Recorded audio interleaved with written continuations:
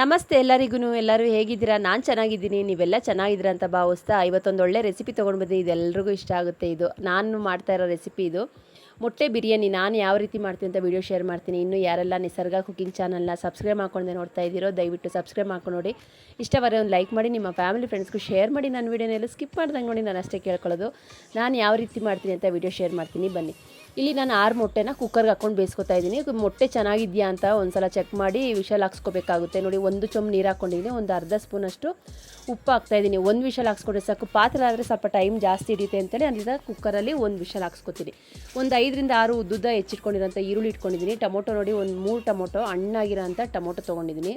ಸಣ್ಣ ಕಟ್ ಮಾಡಬೇಕು ಅಂತೆಲ್ಲ ಉದ್ದುದು ಕಟ್ ಮಾಡಿದ್ರೂ ಆಗುತ್ತೆ, ಯಾಕಂದ್ರೆ ನಾವು ಹಾಕಿದಾಗ ಫ್ರೈ ಆದಾಗ ಎಲ್ಲ ಬೆಂದೋಗುತ್ತೆ. ಹಾಗಾಗಿ ಉದ್ದುದು ಕಟ್ ಮಾಡ್ಕೊತಾ ಇದ್ದೀನಿ. ಟೊಮೊಟೊ ಅಲ್ಲಿ ಅದು ದಂಟಿರುತ್ತಲ್ಲ, ಅದು ಹಾಕ್ಬಾರ್ದು. ಅದನ್ನೆಲ್ಲ ನಾನು ಕಟ್ ಮಾಡಿ ಇಟ್ಕೊಂಡಿದ್ದೀನಿ. ನೋಡಿ, ಟೊಮೊಟೊ ಕಲ್ಲರ್ ನೋಡಿ.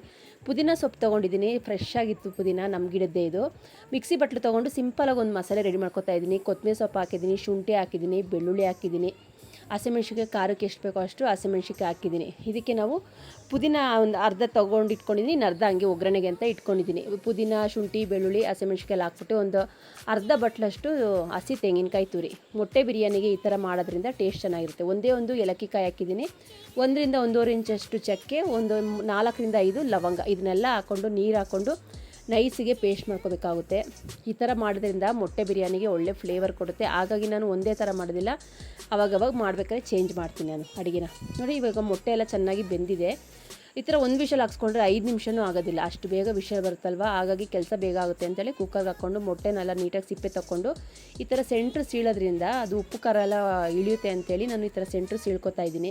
ಕಟ್ ಮಾಡೋದೇನು ಬೇಡ, ಸ್ವಲ್ಪ ಅದಕ್ಕೆ ಉಪ್ಪು ಖಾರ ಇಳಿಯೋ ಥರ ಸೀಳ್ಕೊಂಡ್ರೆ ಸಾಕು ಚಾಕುಲಿ. ನೋಡಿ, ಇದನ್ನೆಲ್ಲ ಇವಾಗ ನಾನು ರೆಡಿ ಮಾಡಿಟ್ಕೊಂಡಿದ್ದೀನಿ. ಎಲ್ಲ ರೆಡಿ ಮಾಡಿಟ್ಕೊಂಡ್ರೆ ಮಾಡೋದಕ್ಕೆ 10 ನಿಮಿಷ ಸಾಕು. ಕುಕ್ಕರ್ಗೆ ಎಣ್ಣೆ ಹಾಕ್ತಾಯಿದ್ದೀನಿ. ಮರಾಠ ಮೊಗ್ಗು, ಅನಾನಸ್ ಹೂವು, ಕಲ್ಲುವ್ವ, ಸ್ವಲ್ಪ ಜೀರಿಗೆ ಹಾಕ್ಬೋದು. ಈ ಜೀರಿಗೆ ಬೇಡ ಅಂತಂದರೆ ಸ್ಕಿಪ್ ಮಾಡಿ. ಶಾಯಿ ಜೀರ ಬರುತ್ತಲ್ಲ, ಅದು ಹಾಕಿದ್ರು ಚೆನ್ನಾಗಿರುತ್ತೆ. ಇದಕ್ಕೆ ನೋಡಿ, ಹಸಿದು ಪಲಾವ್ ಎಲೆ ಹಾಕ್ತಾಯಿದ್ದೀನಿ. ಈ ಪಲಾವ್ ಎಲೆ ಹಾಕೋದ್ರಿಂದ ಬಿರಿಯಾನಿಗಾಗಲಿ ಟೊಮೊಟೊ ಬಾತ್ಗಾಗಲಿ ಎಲ್ಲದಕ್ಕೂ ಒಳ್ಳೆ ಟೇಸ್ಟ್ ಕೊಡುತ್ತೆ ಅಂತೇಳಿ ಇದ್ರ ಗಿಡ ಹಾಕಿದ್ದೀನಿ ನಾನು. ಹಾಗಾಗಿ ಹಸಿದೇ ಹಾಕ್ತಾಯಿದ್ದೀನಿ. ಈರುಳ್ಳಿ ನಾವು ಉದ್ದು ಕಟ್ ಮಾಡಿ ಇಟ್ಕೊಂಡಿದ್ವಲ್ಲ, ಸಣ್ಣಕ್ಕೆ ಉದ್ದದಕ್ಕೆ, ಅದನ್ನು ಹಾಕ್ಬಿಟ್ಟು ಈರುಳ್ಳಿ ಚೆನ್ನಾಗಿ ರೋಸ್ಟ್ ಆಗಬೇಕು. ಅಲ್ಲಿ ತನಕ ನಾವು ಇದನ್ನು ಹುರ್ಕೋಬೇಕಾಗುತ್ತೆ. ಪುದೀನ ಸೊಪ್ಪು ಒಂದು ಅರ್ಧ ನಾವು ಎತ್ತಿಟ್ಕೊಂಡಿದ್ನಲ್ಲ, ಅದನ್ನು ಹಾಕ್ಕೊಂಡು ಚೆನ್ನಾಗಿ ರೋಸ್ಟ್ ಮಾಡ್ಕೊತಾ ಇದ್ದೀನಿ. ಈ ಥರ ಮಾಡೋದ್ರಿಂದ ಚೆನ್ನಾಗಿ ಈರುಳ್ಳಿ ಫ್ರೈ ಆಗಬೇಕು, ಆವಾಗ ಒಂದು ಟೇಸ್ಟ್ ಚೆನ್ನಾಗಿರುತ್ತೆ. ನಾವೇನು ರುಬ್ಬಿಟ್ಕೊಂಡಿದ್ವಲ್ಲ, ಶುಂಠಿ, ಬೆಳ್ಳುಳ್ಳಿ, ಹಸಿಮೆಣ್ಸಿಕಾಯಿ, ಕೊತ್ತಂಬರಿ ಸೊಪ್ಪು, ಚಕ್ಕೆ, ಲವಂಗ, ಮಸಾಲೆ, ಅದನ್ನೆಲ್ಲ ಹಾಕ್ಕೊಂಡು ಚೆನ್ನಾಗಿ ಎಣ್ಣೆ ಬಿಡೋ ತನಕ ರೋಸ್ಟ್ ಮಾಡ್ಕೋಬೇಕಾಗುತ್ತೆ. ಇದಕ್ಕೆ ಸ್ವಲ್ಪ ನಾನು ರುಚಿಗೆ ತಕ್ಕಷ್ಟು ಉಪ್ಪು ಹಾಕ್ತೀನಿ. ಉಪ್ಪು ಹಾಕೋದ್ರಿಂದ ಬೇಗ ಹಸಿ ವಾಸನೆನೂ ಹೋಗುತ್ತೆ, ಬೇಗ ಬೇಯುತ್ತೆ ಅಂತೇಳಿ ಇದನ್ನು ಫಸ್ಟು ನಾನು ಚೆನ್ನಾಗಿ ಹುರ್ಕೋತಾ ಇದ್ದೀನಿ. ಇದಕ್ಕೆ ನಾವು ಕಟ್ ಮಾಡಿ ಇಟ್ಕೊಂಡಿದ್ವಲ್ಲ ಟೊಮೊಟೊ, ಒಂದು 3ರಿಂದ 4 ಟೊಮೊಟೊ ಎತ್ತಿಟ್ಕೊಂಡಿದ್ದೆ. ಕಲ್ಲರ್ ನೋಡಿ ಎಷ್ಟು ಚೆನ್ನಾಗಿದೆ ಅಂದರೆ, ಟೊಮೊಟೊದ ಕಲ್ಲರು ಅಷ್ಟೇ ಚೆನ್ನಾಗಿದೆ. ಟೊಮೊಟೊ ಹಾಕ್ಬಿಟ್ಟು ಚೆನ್ನಾಗಿ ಅದರಲ್ಲಿರೋ ನೀರಿನ ಅಂಶ ಬಿಡಬೇಕು, ಅಲ್ಲಿ ತನಕ ರೋಸ್ಟ್ ಮಾಡ್ಕೊತೀನಿ. ಇದಕ್ಕೆ ನಾನು 1 ಬಟ್ಲು ಮೊಸರು ಹಾಕೋತಾ ಇದ್ದೀನಿ. ಮೊಸರು ಇಲ್ಲ ಅಂತ ಅಂದರೆ ಸ್ಕಿಪ್ ಮಾಡಿ, ನಿಂಬೆಹಣ್ಣು ಬೇಕಾದ್ರೆ ಹಾಕೋಬೋದು.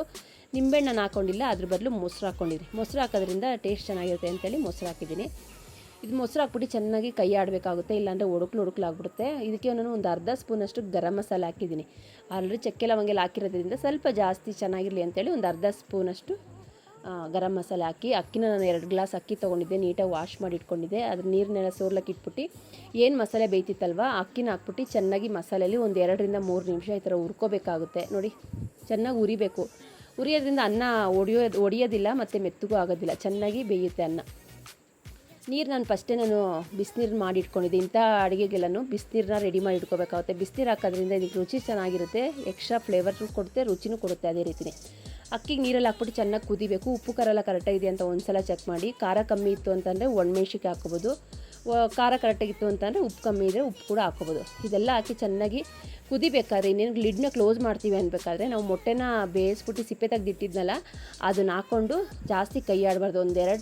ಒಂದು 2ರಿಂದ 3 ಸಲ ಈ ಥರ ನೀಟಾಗಿ ಮಿಕ್ಸ್ ಮಾಡಿದ್ರೆ ಆ ಮೊಟ್ಟೆಯಲ್ಲಿ ಉಪ್ಪು ಖಾರ ಎಲ್ಲ ಎಳೆಯುತ್ತೆ ಅಂತೇಳಿ ನೀಟಾಗಿ ಮಿಕ್ಸ್ ಮಾಡ್ತಾಯಿದ್ದೀನಿ. ಇವಾಗ ನಾನು ಲಿಡ್ನ ಕ್ಲೋಸ್ ಮಾಡಿ 1 ಇಲ್ಲಾಂದರೆ 2 ವಿಷಲ್ ಹಾಕ್ಸ್ಕೊಂಡ್ರೆ ಸೂಪರಾಗಿ ರೆಡಿ ಆಗುತ್ತೆ ಎಗ್ ಬಿರಿಯಾನಿ. ಎಲ್ರಿಗೂ ಫೇವ್ರೇಟ್ ಅಂತಲೇ ಹೇಳ್ಬೋದು ಈ ಎಗ್ ಬಿರಿಯಾನಿ. ನೋಡಿ, ತುಂಬಾ ಚೆನ್ನಾಗಾಗಿತ್ತು. ಒಂದು ಸಲ ನೀವು ಟ್ರೈ ಮಾಡಿ. ನಾನು ಯಾವ ರೀತಿ ಮಾಡಿದ್ದೀನಿ ಅಂತ ವಿಡಿಯೋದಲ್ಲಿ ಡೀಟೇಲಾಗಿ ಶೇರ್ ಮಾಡಿದ್ದೀನಿ.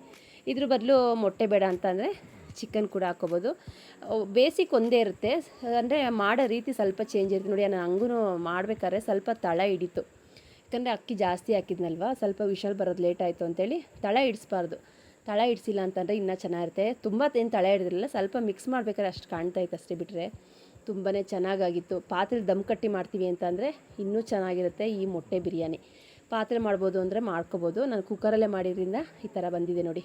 ಒಂದು ಉದುದ್ರಾಗಿ ಬಂದಿದೆ, ಎಲ್ಲೂ ಮೆತ್ತಗಾಗಿಲ್ಲ, ಅನ್ನ ಕೂಡ ಒಡೆದಿಲ್ಲ, ಅದೇ ರೀತಿಯೇ ಚೆನ್ನಾಗಿ ಬಂದಿದೆ. ನಾನು ಯಾವ ರೀತಿ ಮಾಡಿದೆ ಅಂತ ವೀಡಿಯೋದಲ್ಲಿ ಡೀಟೇಲಾಗಿ ಶೇರ್ ಮಾಡಿದ್ದೀನಿ.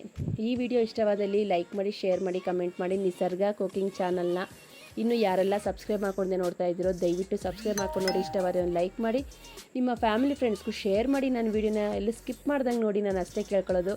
ಇದೇ ರೀತಿ ಸಿಂಪಲ್ ವೀಡಿಯೋ ತೊಗೊಂಡು ಬರ್ತೀನಿ. ಅಲ್ಲಿ ತನಕ ನಾನು ವೀಡಿಯೋಸ್ನ ನೋಡಿ ಸಪೋರ್ಟ್ ಮಾಡಿ. ನಿಮಗೂ ಇಷ್ಟ ಆಗುತ್ತೆ ಅಂತ ಭಾವಿಸಿದ್ದೀನಿ. ಇದ್ರ ಜೊತೆಗೆ ಒಂದು ಮೊಸರು ಬಜ್ಜಿ ಇದ್ದರೆ